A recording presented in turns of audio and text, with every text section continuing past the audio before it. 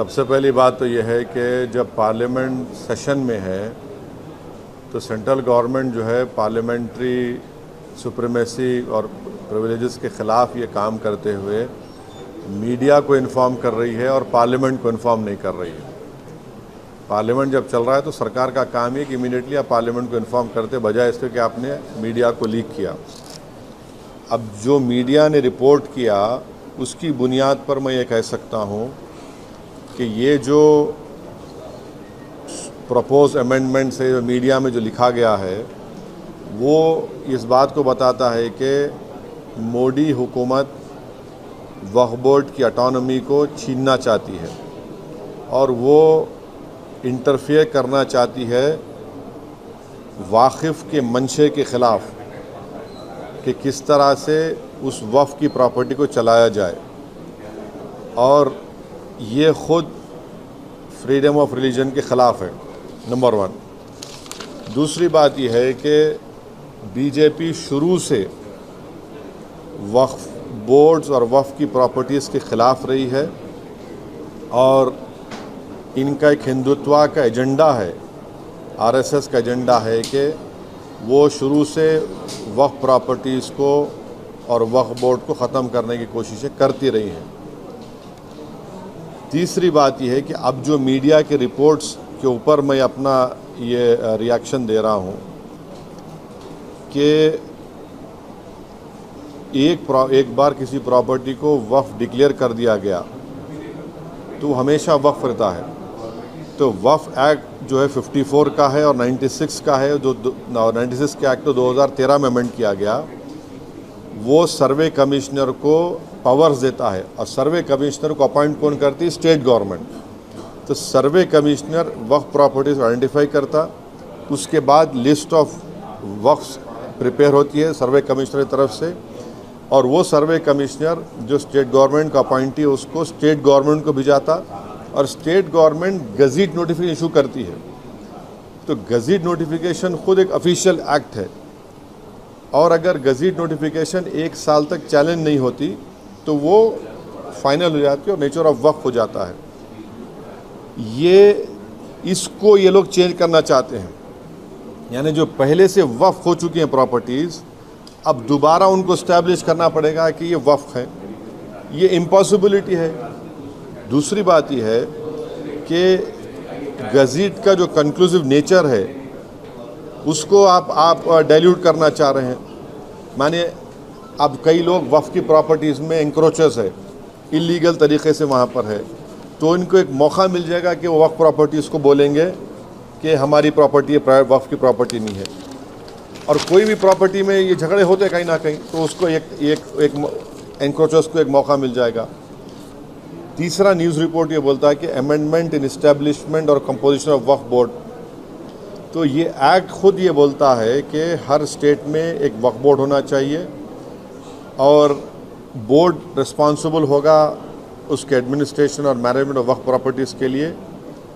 अब अगर आप अमेंडमेंट करेंगे establishment and composition of Waqf board में तो एक एडमिनिस्ट्रेटिव क्योस होगा, loss of autonomy Waqf board का होगा, और ये गवर्नमेंट का जो कंट्रोल है वक्फ बोर्ड के ऊपर, गवर्नमेंट का कंट्रोल बढ़ेगा तो वक्फ के इंडिपेंडेंस पे एक बहुत बड़ा असर पड़ेगा। चौथी बात उसमें यह है कि वक्फ ट्रिब्यूनल्स है। अब ये जो मीडिया रिपोर्ट ये बोल रहा है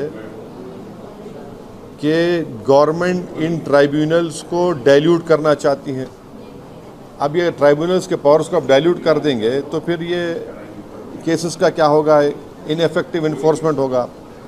पांचवी बात जो मीडिया रिपोर्ट्स के ऊपर मैं बोल रहा हूँ आपको, इसमें लिखा गया कि अगर कोई डिस्प्यूटेड प्रॉपर्टी है तो डिस्प्यूटेड प्रॉपर्टी का ये लोग बोलेंगे नहीं प्रॉपर्टी डिस्प्यूटेड है, इसका सर्वे हम कराएंगे।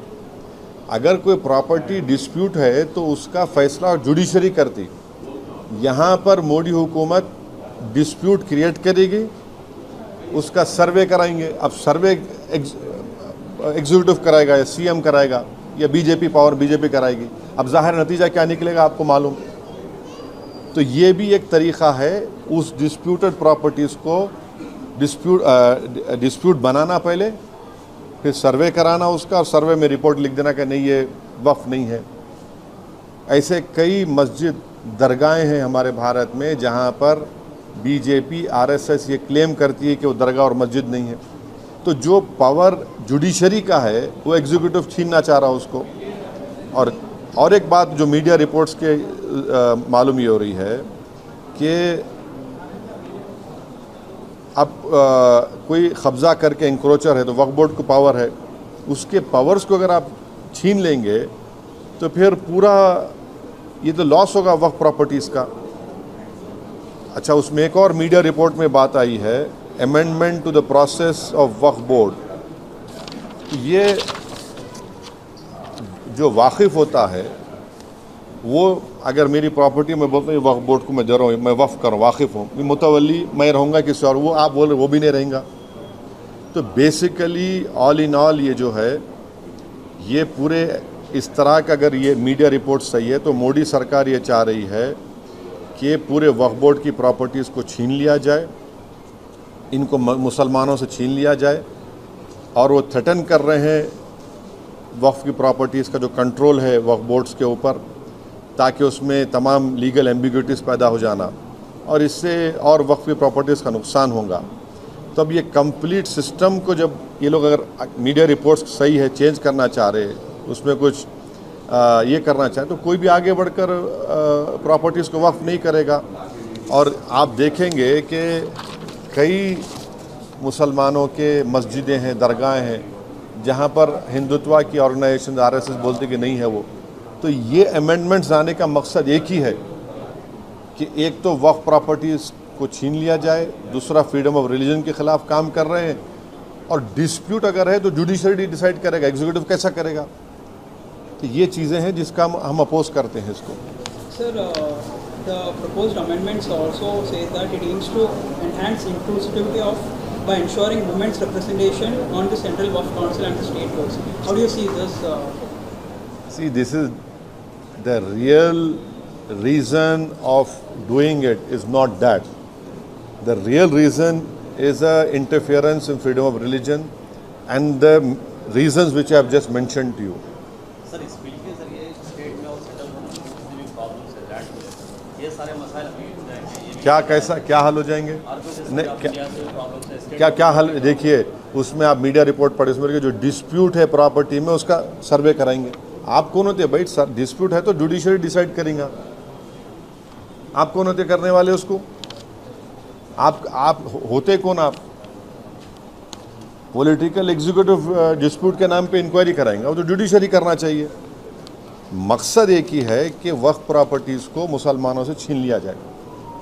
ये इनका जो शुरू से आरएसएस कोशिश कर रही है, इनका आरएसएस बोलती आ रही 70 साल से, बीजेपी उससे पहले जनसंघ बोलती आ रही है। तो ये तो डायरेक्ट सोचना पड़ेगा, ये जो अलाइज है बीजेपी के, क्या वो मुसलमानों के वक्फ प्रॉपर्टीज़ को छीनना चाहेंगे? जो पॉलिटिकल पार्टीज़ बीजेपी को सपोर्ट कर रही है वो इनको सोचना चाहिए। क्या होगा बिहार में? इमारत शरिया की जो जायदादें छीन लेंगे क्या आप? आंध्र प्रदेश में वक्फ प्रॉपर्टीज़ है, क्या करेंगे? छीन लेंगे क्या आप उन लोगों को? ये तो उनको सोचना चाहिए, लोग जो सपोर्ट कर रहे हैं बीजेपी को। सर, इसी सरकार में बिहार से नीतीश कुमार भी जुड़े हैं। मैं बोल दिया ना, अब यही बात रिपीट मत करो, जो नहीं बोला पूछो आप। Sir, will you appeal the India Bloc Alliance to oppose the bill? No, see, I have said what I have to say. It is for I cannot speak for other political formations or political parties. Okay. सरकार ने आपकी बात पूरी रखी है sir, ये पहले नहीं, ये हमारे एमएलएज अकबरुद्दीन ओवैसी साहब की लीडरशिप में हमारी पार्टी शुरू से कह रही थी कि हैदराबाद, साइबराबाद और रच्चाकोंडा एक बहुत बड़ा एरिया है और यहाँ पर बिज़नेस एक्टिविटी होनी चाहिए और गवर्नमेंट एक फ़िक्स टाइम दे दे और लीगली करे। हम वेलकम करते जो डिसीजन चीफ मिनिस्टर लिए एमआईएम के रिप्रेजेंटेशन के ऊपर।